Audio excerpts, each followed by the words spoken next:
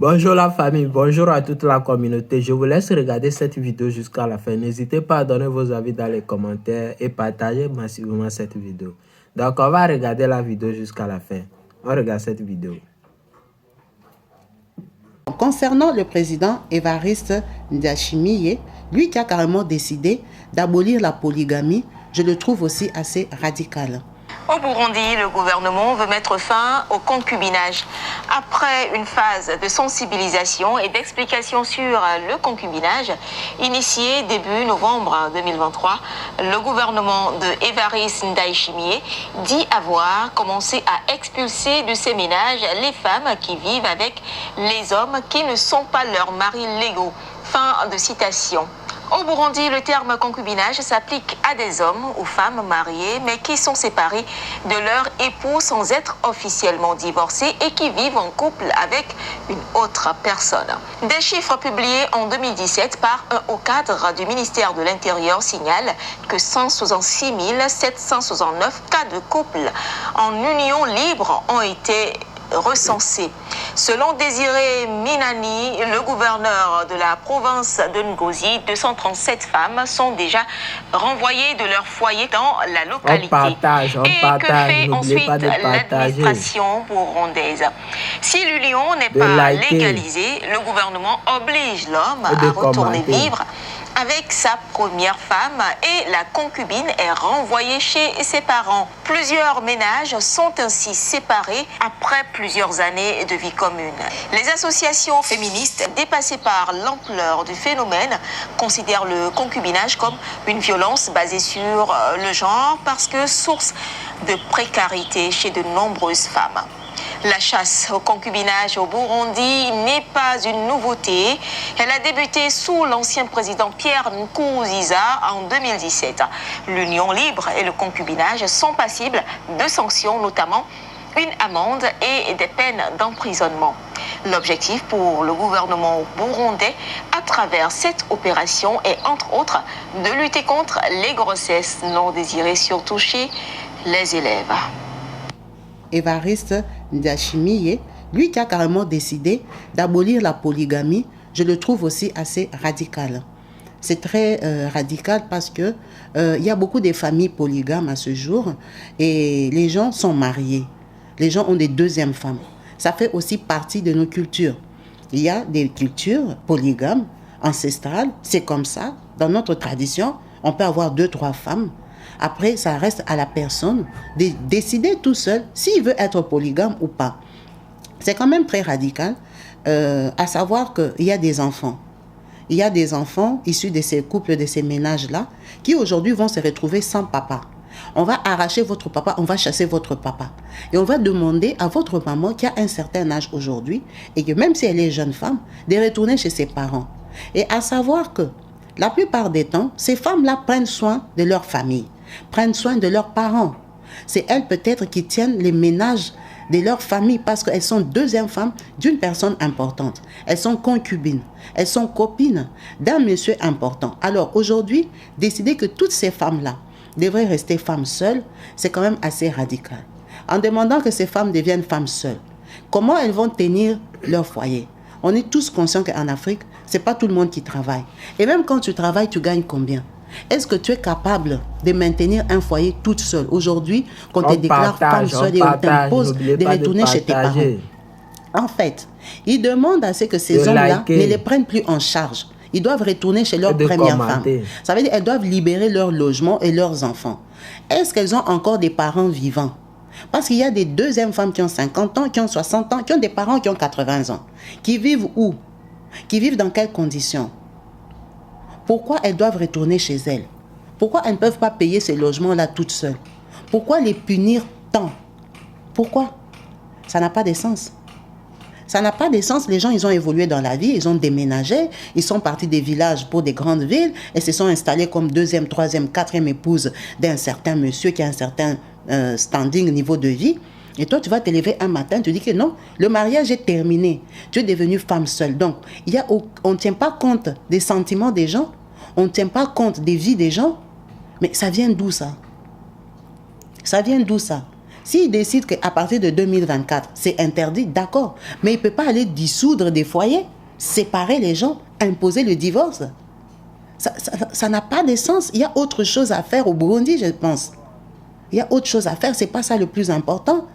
Si les femmes sont 2, 3e femmes, parfois aussi, c'est parce qu'il n'y a pas de boulot. Il n'y a pas eu d'instruction, il n'y a pas eu de boulot. Les boulots sont mal payés. Donc tout le monde recourt chez l'homme riche. L'homme riche, il a le droit de vivre sa vie comme il entend, comme il veut. Il s'est battu pour ça. Il n'est pas obligé de rester avec une seule femme. Dans la vie, on évolue. Dans la vie, on change de goût. Dans la vie, on n'est pas séquestré. On ne naît pas dans un pays pour subir les lois de ces pays-là. En fait, tu n'es plus libre dans ta vie. Tu n'es plus libre de choisir comment vivre ta vie. Tu es imposé. Que ça soit imposé d'épouser une seule femme légalement, tout le monde le fait presque. Mais imposer même dans ta vie sentimentale, avec qui toi tu dois vivre, comme tu avais choisi une femme à 22 ans, tu ne peux plus changer, tu ne peux plus rajouter. Donc toi, ta vie, c'est ça. Mais le monsieur, il va imposer le célibat dans son pays. Les hommes ne vont plus se marier parce que si je t'épouse, c'est jusqu'à la mort. Que tu sois bien ou pas, mauvaise, impolie, sale ou quoi que ce soit, que je change d'avis, c'est fini, c'est mort pour moi. Donc, je reste avec toi jusqu'à la fin de mes jours. Ça ne se passe pas comme ça. La liberté. Il n'y a plus de liberté dans ces pays. On partage. Les femmes vont se retrouver femmes seules.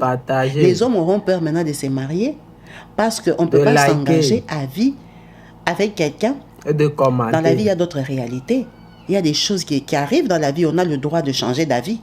On ne peut pas t'imposer que toi, tu vas rester seulement avec ta première femme là parce que les filles sont engrossées. Si les filles sont engrossées, c'est parce qu'il y a la faim. Les jeunes filles qui sortent avec les messieurs d'un certain âge, comme ils ont évoqué, en disant que ça ramène la perversité, les filles sont engrossées, ça va diminuer le nombre des filles mères. Ces filles-là sont filles mères parce que quand elles ont leur bac et qu'elles vont à l'université, après il n'y a pas de boulot. Les filles ne trouvent pas l'emploi. Les emplois sont mal payés. Elles font quoi? Elles recourent aux hommes riches, aux hommes vieux, aux hommes d'un certain standing. C'est pour ça qu'elles vont vers ces hommes-là. Ce n'est pas par amour. Pourquoi une fille de 19 ans va être amoureuse d'un monsieur de 48 ans pendant qu'il y a des garçons de 23 ans, de 25 ans, de 21 ans comme elle? Pourquoi? Pourquoi en Europe les gens se marient, ils ont le même âge? Pourquoi les gens se marient aux personnes de leur génération? C'est parce qu'il y a la possibilité de prendre soin de toi-même. Tu es libre de choisir qui tu veux parce que tu peux te prendre en charge. Tu n'as pas besoin de son argent. Tu peux travailler, gagner ta vie et tu choisis avec qui vivre. Mais en Afrique, on ne choisit pas avec qui vivre parce qu'on regarde la poche. On se demande, je vais vivre avec lui. Je vais vivre de quoi? Il gagne quoi? Il est quoi? Quand tu trouves un fiancé, on te demande chez vous, il fait quoi dans la vie? On ne demande pas ses valeurs. Il vient de quelle éducation, de quelle famille? Non. Il fait quoi dans la vie? Il travaille. Est-ce qu'il a l'argent? Ça veut dire, est-ce qu'il saura prendre soin de toi et nous? Est-ce que là où tu pars, tu ne pars pas dans la souffrance, tu ne vas pas revenir ici? Ce sont ça les critères de mariage. Plus tu es riche, plus tu as des femmes. On ne va pas aller plus loin qu'au Nigeria. Le soi-disant fameux monsieur qui est sur tous les réseaux, je vais éviter de citer son nom. Ces millionnaires-là que vous tous vous connaissez, qui n'arrêtent pas d'épouser les jeunes petites filles-là. Marocaine, il épouse. Tunisienne, il épouse. Nigériane, il épouse. Métis, il épouse. Pourquoi? Est-ce qu'il est beau? Il est vieux, ce monsieur-là. Il est vieux. Il n'est pas beau. Il ressemble à rien du tout. Mais il est seulement milliardaire. C'est un milliardaire. Ces filles-là ne vont pas par amour. Elles partent par souffrance. Elles ont faim. Elles ont faim. Elles vendent leur beauté à ce papy-là. C'est un papy qui leur fait des bébés. C'est un papy qui joue avec les jeunes filles. C'est parce que ces filles-là sont dans l'incapacité de gagner leur vie. Leur éducation, c'est l'argent. Gagner l'homme le plus riche. Être avec l'homme pour l'argent. C'est ça déjà qu'on devrait soigner en Afrique. Mais pour soigner ça, il faut pouvoir l'emploi. Il faut que les filles savent que quand je termine mes études, je peux travailler et gagner ma vie décemment. Mais les filles auront le choix d'aimer qui elles veulent. Elles vont revenir à la raison. Les hommes les plus vieux là ne seront pas les plus beaux, ne seront pas les plus aimés. Aujourd'hui en Afrique, les jeunes garçons souffrent. Les bons tontons, les vieillards, prennent toutes les femmes, prennent toutes les jolies filles. Tu vas épouser une femme qui est déjà sortie avec 5 vieux.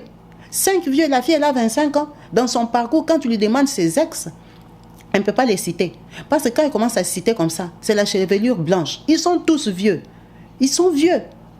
Il y a des filles, quand tu demandes, Son fiancé lui demande avec qui tu es sorti dans ta vie. Elle ne peut pas te dire. Elle va te mentir. Oh, quand j'avais 17 ans, j'avais un copain là, c'était mon voisin. Mais après le copain voisin, le reste c'est des papis. C'est des papas, des vieillards. Elle ne peut pas dire qui sont ses ex. Elle ne peut pas. Parce qu'elle a honte. Pourquoi elle a honte? Parce que c'était la pauvreté qui l'a poussée à aller dans des bras des vieillards. Des hommes mariés, beaucoup plus vieux qu'elle. Donc toi, aujourd'hui, tu as 30 ans, tu épouses une femme qui est déjà sortie avec 5 messieurs qui sont vieux. Ils sont passés sur elle. Ça dégoûte, ça bloque. Ce n'est pas bien. Le problème, c'est d'encadrer ces filles-là. C'est d'encadrer la jeunesse. C'est de pourvoir l'emploi. Que les filles, les femmes sachent que quand je termine mes études, je peux travailler décemment, gagner ma vie, rencontrer l'amour comme il se doit, sans précipitation. Je ne suis pas obligée de me marier à 20 ans. J'ai le temps de vivre ma vie, de rencontrer l'amour comme il se doit. Qu'on s'aime par des valeurs, pas qu'on s'aime pour l'argent. C'est vraiment triste et dommage qu'on en arrive là. Qu'on arrive à prendre comme solution, moi je pense ridicule, d'interdire la polygamie. On ne peut pas interdire la polygamie en Afrique. Parce que ça fait partie de nos cultures et de nos valeurs. Les gens ont le choix de choisir d'être polygames ou pas. Même si devant l'État, ils sont mariés à une seule femme, mais dans la vie de tous les jours, les gens sont quand même libres d'aimer qui ils veulent. Je trouve ça très radical, même si on reste des chrétiens, mais on est quand même dans la liberté de choisir avec qui vivre. On partage. Ce président n'a pas pris une bonne décision. Partager. Ça, c'est d'après moi. Comme je dis, ici, on échange. Vous êtes libre de donner vos points de vue dans le respect vos arguments. C'est un échange. On échange en douceur et dans le respect, ici sur ma chaîne YouTube Kabibi Loba. Le président Évariste Ndayishimiye du Burundi, je pense pour moi, il n'a pas raison. Il n'a pas raison, on a notre culture. Nous ne sommes pas des Européens. C'est eux qui sont, par rapport à leur loi, une femme, une femme. Mais nous, on a notre tradition. On a notre tradition ancestrale qui était polygame. Nos grands-parents avaient plusieurs femmes. Ils étaient libres de choisir avec qui ils voulaient. Et c'est ça qui faisait la différence entre l'Afrique et l'Europe. Nous ne sommes pas obligés de tout imiter. Même si c'est vrai que la polygamie a stabilisé certains hommes, mais a déséquilibré certains foyers parce qu'elle a été mal faite. Une polygamie dans laquelle on épouse les femmes est différente d'une polygamie qui pousse les hommes à avoir des copines. Si aujourd'hui, les hommes africains ont plein de copines, c'est parce que la polygamie, justement, est interdite officiellement. Les hommes sont inconsciemment obligés de se marier à une seule femme. Or, comme ils n'aiment pas une seule femme, ils ont des copines. Parce que si on leur laissait le droit d'épouser ces femmes-là, les installer, qu'elles deviennent leurs femmes, ben, toutes ces jeunes filles dont on est en train de se plaindre n'allaient pas avoir des bébés. Si elles ont des bébés en cachette, c'est parce que la polygamie est justement interdite. C'est vraiment très radical. Je crois que le Burundi va se vider. Parce que toutes ces femmes à qui on va imposer aujourd'hui de retourner chez leurs parents avec la ribambelle de leurs enfants, en tout cas, elles doivent venir faire la demande d'asile en Europe. Parce qu'elles sont maltraitées, elles sont séquestrées, elles sont brutalisées dans leur pays, dévalorisées. Elles sont punies en fait. Elles sont punies après avoir été en couple et avoir eu des enfants. C'est juste incroyable. C'est vrai qu'avoir des présidents militaires, ça change, mais là, c'est vraiment radical. C'est vraiment inconcevable. En fait, ça n'a même pas de sens. Ça n'a pas de sens à mon regard. Ça n'a pas de sens, c'est ridicule. C'est ridicule de dissoudre des familles. Il y a des enfants à éduquer, il y a des enfants à élever. On va dire à la maman de rentrer chez toi. Le mari, c'est le mari de la première femme. Franchement, Monsieur le Président, je crois qu'il y a mieux à faire au Burundi. Commencez déjà par éduquer la population, pouvoir du boulot, stabiliser la population et vous verrez que toutes ces mœurs-là vont beaucoup diminuer. Pourquoi en Europe, les jeunes filles de 20 ans ne sortent pas avec les papiers de 60 ans? On partage. Celles qui le font, c'est vraiment pour l'argent. Et elles sont à compter au bout des doigts. Mais les filles, c'est parce qu'elles ont un travail. Elles sont indépendantes financièrement. C'est juste ça. Créer l'emploi, rendez ces femmes-là indépendantes et éduquées. Mais il n'y aura plus de polygamie. Il n'y aura plus de polygamie, c'est simple. C'est simple. Merci à vous tous d'avoir suivi cette vidéo.